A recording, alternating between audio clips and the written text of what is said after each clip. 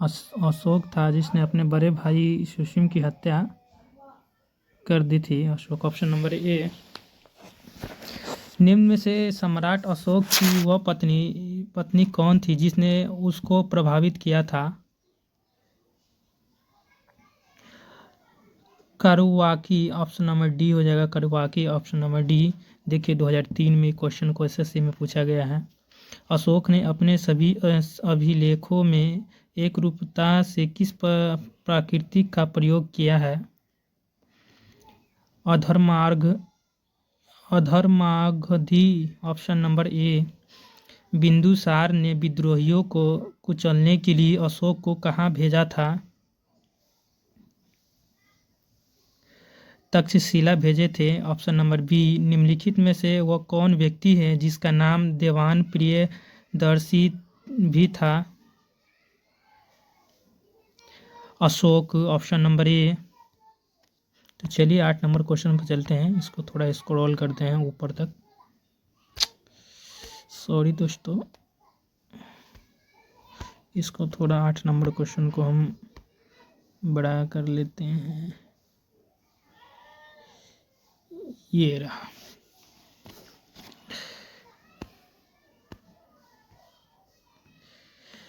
आठ number question पर चलते हैं। निम्न में से प्राचीनतम राजवंश कौन सा था? ये जो प्राचीनतम राजवंश मौर्य वंश था। Option number A. Kautilya Chanakya किसका प्रधानमंत्री था? चंद्रगुप्त मौर्य का। Option number B. कलिंग विजय के उपरांत अशोक महान ने निम्नलिखित किस धर्म को अंगीकार कर लिया? बौद्ध धर्म को। चंद्रगुप्त के शासन विस्तार में किसने मुख्य रूप से मदद की थी? चाणक्य ने। ऑप्शन नंबर सी। सांची किस कला का मूर्तिकला का निरूपण करता है?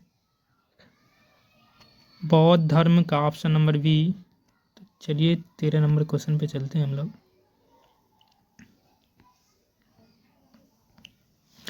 प्राचीन भारत का वह प्रसिद्ध शासक जिसने अपने जीवन के अंतिम दिनों में जैन धर्म को अपनाया था, वो कौन सा शासक थे?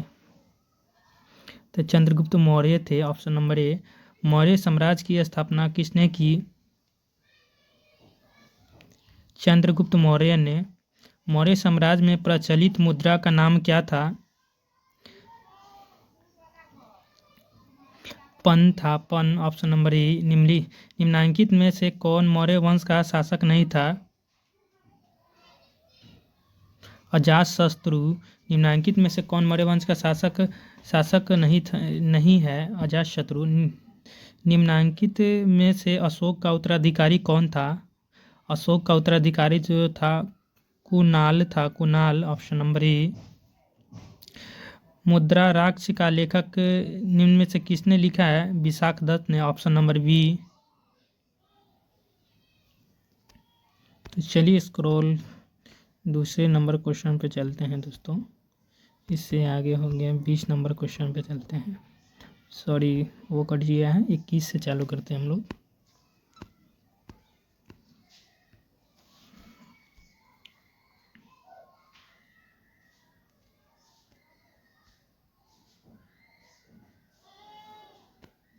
इक्कीस नंबर क्वेश्चन को देखेंगे।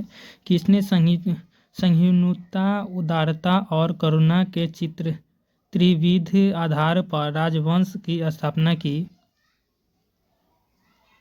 अशोक ने। ऑप्शन नंबर ए। निम्नलिखित किस शहर में अशोक के शिलालेख नहीं है?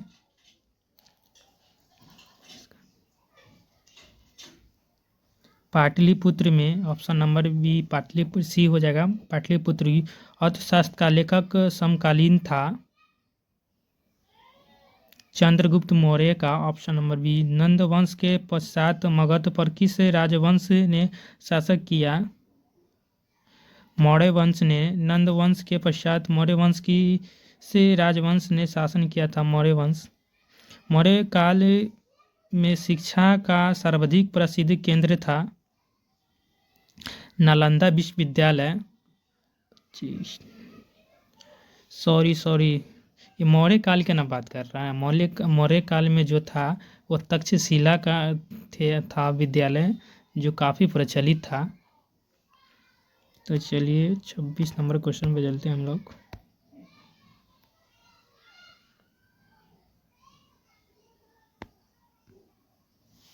मेगास्थनीज की पुस्तक का नाम क्या था? मेगास्थनीज की इंडिका था, जिसके ग्रंथ में चंद्रगुप्त मौर्य का विशिष्ट रूप से वर्णन हुआ है वह है विशाखदत्त। वह स्रोत जिसमें पाटलिपुत्र के प्रशासन का वर्णन उपलब्ध है वह कौन सा है? इंडिका। अशोक के शिलालेखों में प्रयुक्त भाषा है प्राकृत। अशोक के शिलालेखों में प्रयुक्त भाषा है प्राकृत। निम्नलिखित में किस मौर्य राजा ने दक्कन की विजय प्राप्त की थी? चंद्रगुप्त मौर्य ने।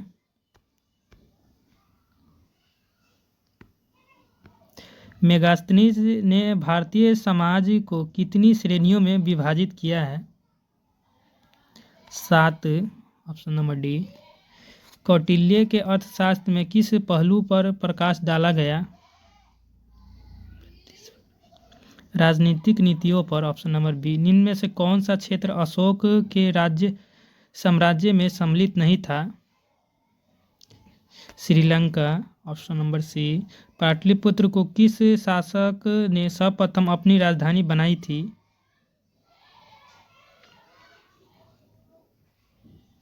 Chandragupta Maurya. Option number A. चलिए यह हो गया 35 का क्वेश्चन हो गया दोस्तों।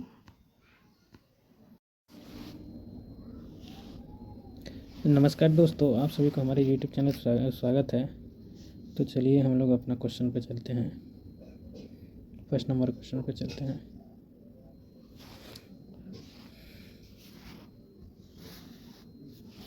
उत्तल दर्पण द्वारा बना प्रतिबिंब होता है काल्पनिक तथा सीधा होता है। Option number C. काल्पनिक तथा सीधा होता है। Option number C. और ये ना डाला दिमाग।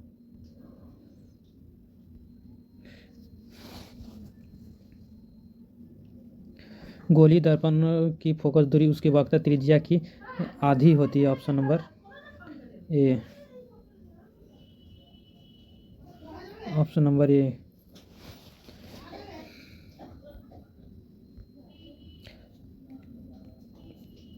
हजामत बनाने के लिए किस दर्पण का व्यवहार किया जाता है? अवतल दर्पण का। द्रव का अपेक्षित घनत्व मापा जाता है हाइड्रोमीटर से। Option number B.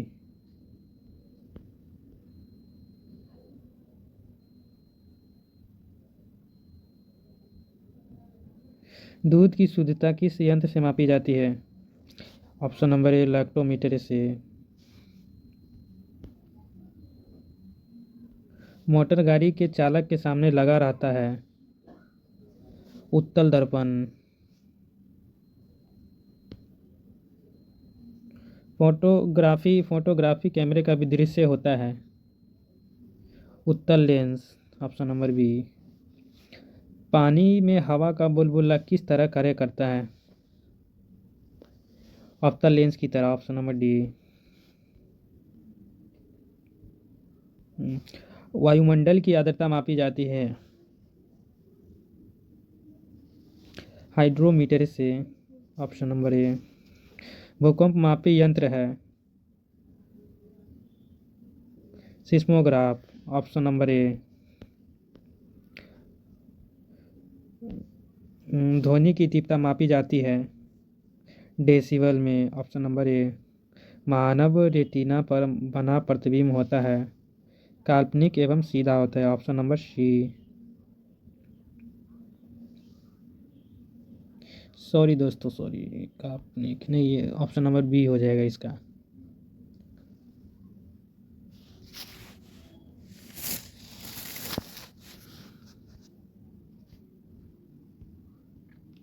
जब कोई वस्तु को दो समांतर समतल दर्पण के बीच रखी जाती है तो बने हुए प्रतिबिंब कहाँ रहता है? ये ऑप्शन नंबर बी, अनंत पर।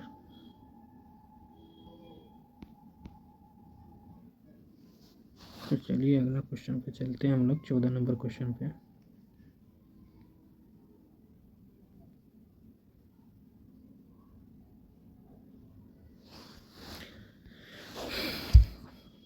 हृदय की गति सुनने के लिए किस यंत्र का प्रयोग किया जाता है? Stethoscope, option number C. वायुमंडलीय दाब की माप की जाती है बैरोमीटर से।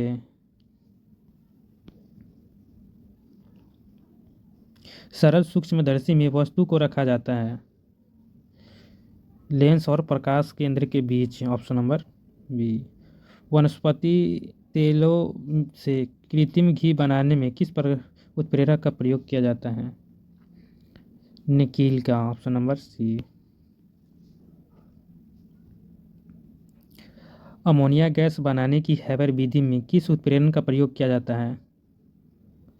लौह चून का, ऑप्शन नंबर ए। अवतल दर्पण में वस्तु का प्रतिबिंब दर्पण के पीछे काल्पनिक, सीधा तथा वस्तु से बड़ा बनाता है जब वस्तु होती है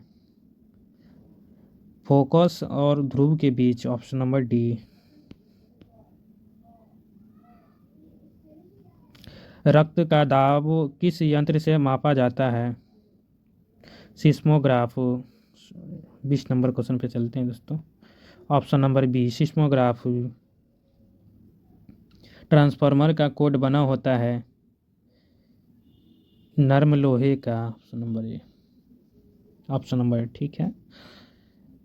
ट्रांसफार्मर किस सिद्धांत पर आधारित है? विद्युत चुंबकीय प्रेरण पर, ऑप्शन नंबर बी। ट्रांसफार्मर प्रयुक्त होता है एसी वोल्टेज में उपचयन या अपचयन करने के लिए। हीट स्टोन ब्रिज का व्यवहार किसे मापने में किया जाता है? तो चलिए इसका क्वेश्चन पे चलते हैं। ये प्रतिरोध्य को मापने के लिए किया जाता है,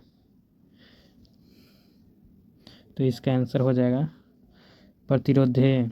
पानी के अंदर ध्वनि सुनने का यंत्र कहलाता है hydrophone, option number D. Loud speaker में ऊर्जा परिवर्तन होता है, जैसे जहाँ पे दोस्तों डीजे उजे बजता है वहाँ पे जो स्पीकर बजता है वो किस में बजता है? तो ये जो है विद्युत ऊर्जा से यांत्रिक ऊर्जा में, सॉरी, विद्युत विद्युत से यांत्रिक एवं यांत्रिक से ध्वनि ऊर्जा में कन्वर्ट हो जाता है, ये option number B. 27 number question पे चलते हैं हम लोग दोस्तों। निम्नलिखित में से किस यंत्र में यांत्रिक ऊर्जा वैद्युत ऊर्जा में परिवर्तित होती है? डायनेमो में, ऑप्शन नंबर डी। निम्नलिखित में से कौन सी उपयुक्त वस्तु ऊर्जा को यांत्रिक ऊर्जा में परिवर्तित करता है? विद्युत मोटर।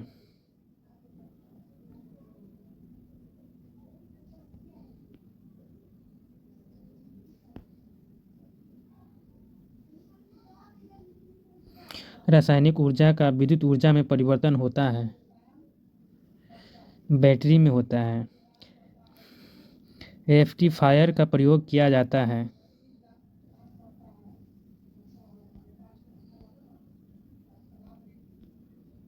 रेक्टिफायर का प्रयोग जो है किया जाता है, ये हो जाएगा एसी को डीसी में बदलने के लिए, ऑप्शन नंबर डी। ट्रांसफार्मर का कोड ट्रांसफार्मर का प्रयोग किया जाता है केवल एसी परिपथ के लिए, ऑप्शन नंबर ए। टेलीफोन लाइन में प्रवाहित ऊर्जा होती है विद्युत ऊर्जा होती है, टेलीफोन लाइन में जो है प्रवाहित ऊर्जा विद्युत ऊर्जा होती है। 33 नंबर क्वेश्चन पे चलते हैं दोस्तों। शुष्क सेल में किस तरह की ऊर्जा निहित होती है? रासायनिक ऊर्जा। कौन सा यंत्र एसी वोल्टेज को निम्न एसी वोल्टेज में या निम्न एसी वोल्टेज को उच्च एसी वोल्टेज में बदलता है।